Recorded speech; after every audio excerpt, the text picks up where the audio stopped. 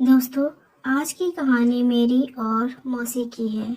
आशा है आप सबको कहानी बहुत पसंद आएगी। अगर कहानी अच्छी लगे तो एक लाइक ज़रूर कर देना। चैनल पर पहली बार आए हो तो चैनल को सब्सक्राइब कर लेना और हाँ, गंदे कमेंट मत करना प्लीज़।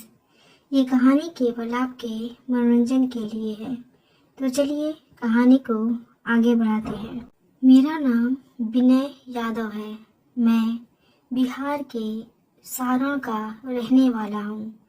मेरी उम्र 24 साल है और मैं दिल्ली में रहकर पढ़ाई कर रहा हूँ। यह कहानी आज से 2 साल पहले की है। मैं कॉलेज में दाखिला लेने के लिए इंतज़ार कर रहा था। परीक्षाएं कुछ दिन पहले ही समाप्त हुई थी। परीक्षा के बाद मैं घर में ही खाली बैठा रहता था।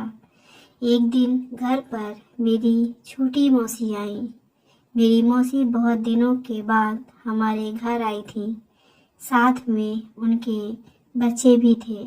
मौसी के एक लड़का और एक लड़की थी। वो दोनों बच्चे अभी छोटे ही थे। मौसी की उम्र भी ज़्यादा नहीं थी। वो 30 साल के करीब की रही होंगी। घर पर मम्मी से मिलकर वो मुझसे भी गले मिली।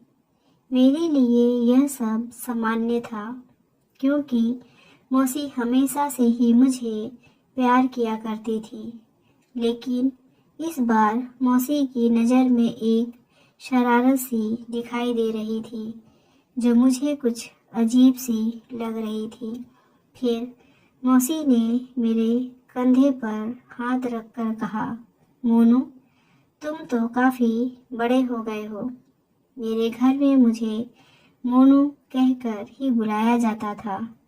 मैंने महसूस किया कि मौसी मेरे कंधे को इस तरह से सहला रही थी जैसे वो मेरे शरीर की मजबूती को जांच रही हो। मैंने मौसी की बात का जवाब देते हुए कहा, मौसी, अब छोटा ही रहूँगा क्या? मेरी बात पर मौसी मुस्कुराने लगी। फिर वो फ्रेश होकर मेरी माँ के साथ बातों में लग गई। मुझे उस दिन मेरे दोस्त की बहन की शादी में जाना था। तैयार होकर मैंने माँ से कहा कि मैं शादी में जा रहा हूँ। माँ ने मुझे टाइम से घर वापस आने के लिए कह दिया। मैं घर से निकल गया। शादी में जाकर देखा तो मेरे बाकी दोस्त भी आए हुए थे। महफिल पूरी सजी हुई थी।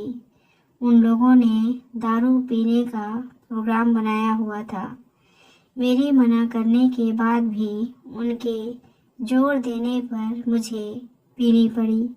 फिर मस्ती में रात के 3 बज गए। सर्दियों के दिन थे और ठंड बहुत पड़ रही थी।